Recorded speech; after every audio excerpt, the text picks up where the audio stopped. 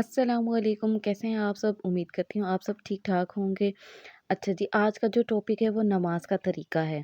मेरी भतीजी जो है वो मेरे पास नमाज़ पढ़ रही थी, तो मुझे उसकी नमाज़ में काफ़ी सारी गलतियाँ नज़र आईं। तो मैंने सोचा क्यों ना मैं इस टॉपिक पे एक वीडियो बना दूँ।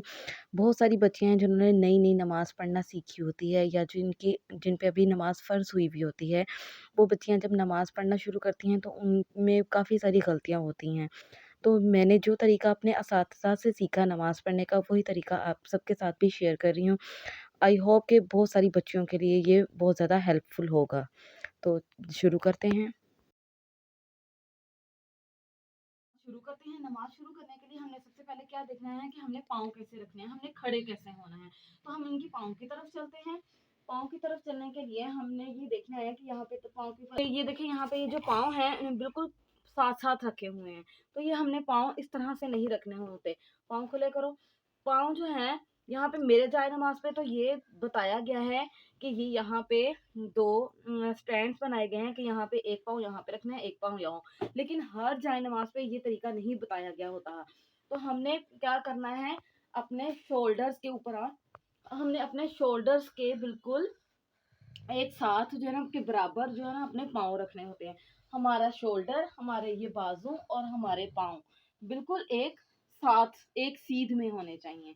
तो हमने क्या करना है, अपने पाँव जो है अपने शोल्डर के ऊपर हमने अपने पाँव अपने शोल्डर के बराबर रखने होते हैं। तो जैसे यहाँ पे अब बच्ची ने रख लिए हैं पाँव। हमने सबसे पहले खड़े होने के लिए हमने देखना है कि हमने ये पाँव इस तरीके से रखने हैं, जोड़ के रखो।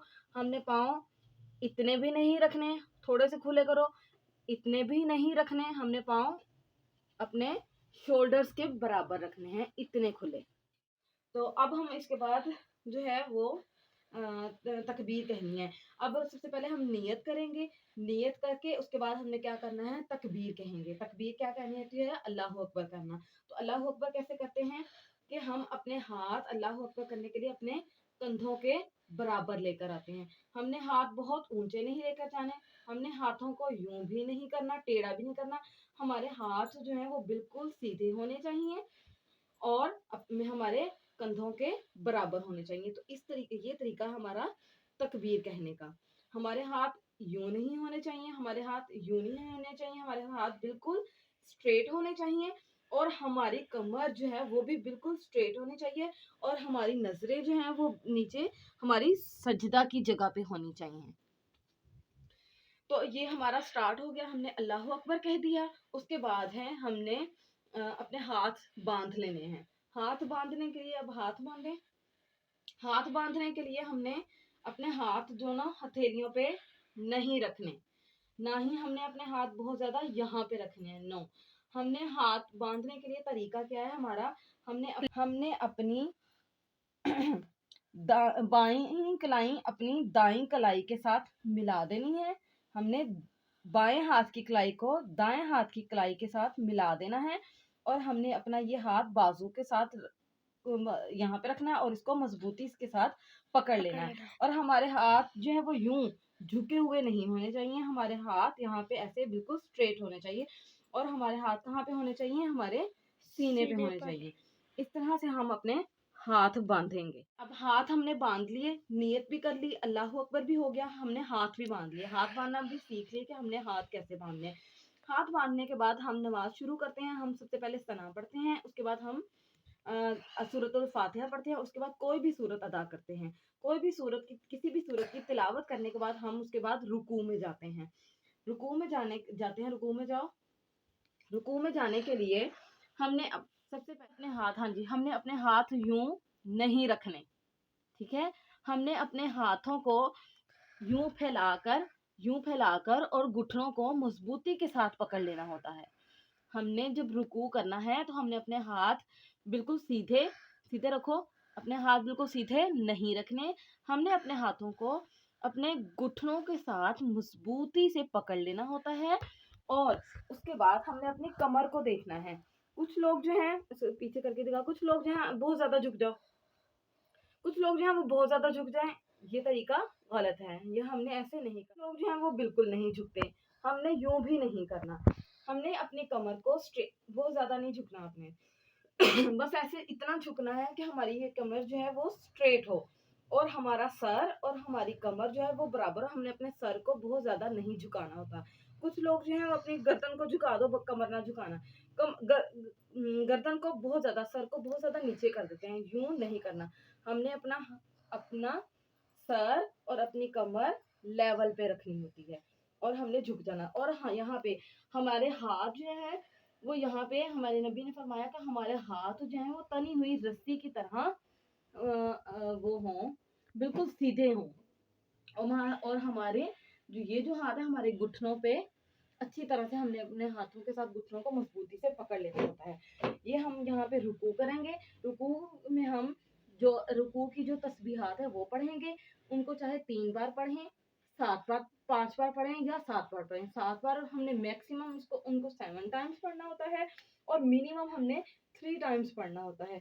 अगर आप अपनी बहुत खुशू-खुज़ू से नमाज़ पढ़ें तो आप 7 टाइम्स पढ़ लें, वरना आप 3 बार भी पढ़ सकते हैं। उसके बाद हमने रुकू कर लिया, अब हम खड़े हो जाएँगे। खड़े होकर हम खड़े होने की जो दुआ होती है वो पढ़ेंगे और अपने हाथों को बिल्कुल सीधा रखेंगे। और अपनी नज़रें जो हैं वो हमारी सारी नमाज़ में हमारे सजदा की जगह पे होनी चाहिए। उसके बाद यहाँ पे खड़े होने के बाद उसके बाद हम सजदा करते हैं। सजदा करो, सजदा करेंगे। अब सजदा करने के बारी है। सजदा करने के लिए हम सबसे पहले अपने हाथ जो हैं वो ज़मीन पर लगाते हैं।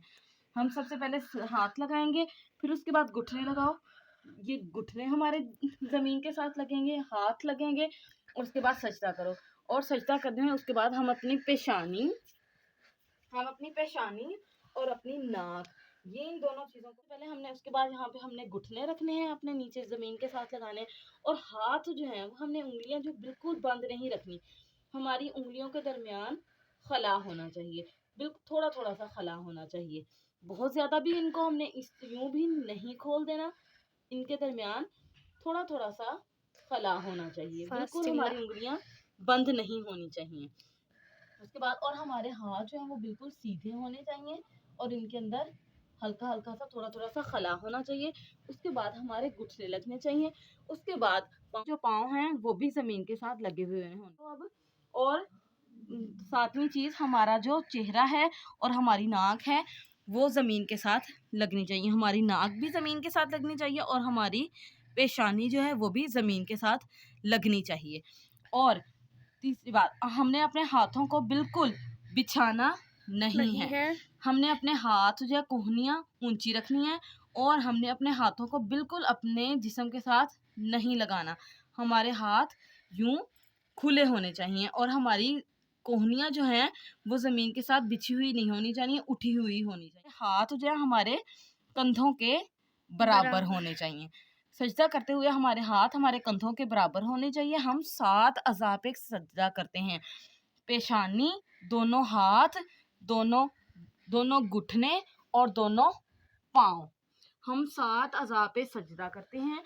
और ये हमने अपनी पेशानी को भी देख लिया, हमने अपने हाथों को भी देख लिया कि हमने अपने हाथ कैसे रखने हैं, हमने अपनी कोहनियाँ कैसे रखनी है। अब हम पाँव को देख लेते हैं। अब हमने अपने पाँव को देखना है कि हमने अपने पाँव कैसे रखने हैं।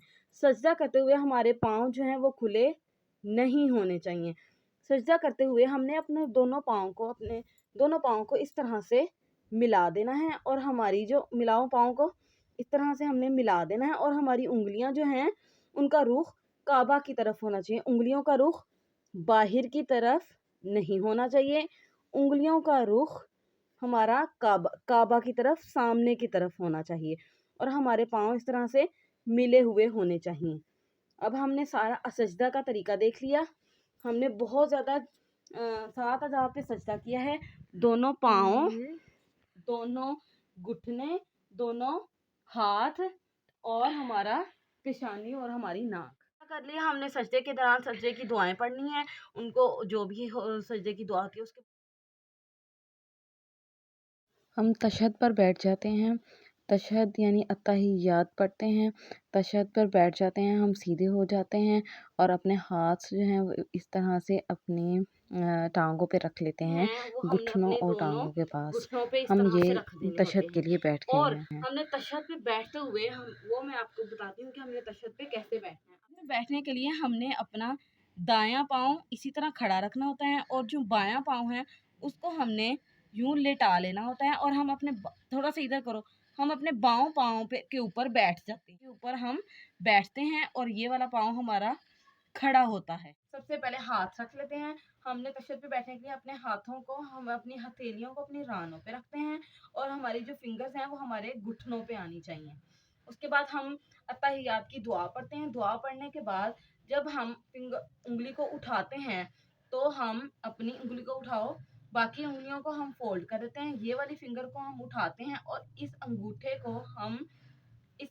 को मैं आ रही हूँ, इस अंगूठे को हम इसके साथ मिला देते हैं, इस फिंगर के साथ मिला देते हैं, यानी कि हम अपना हाथ यूं रखते हैं। हाँ, आप हटाओ जरा।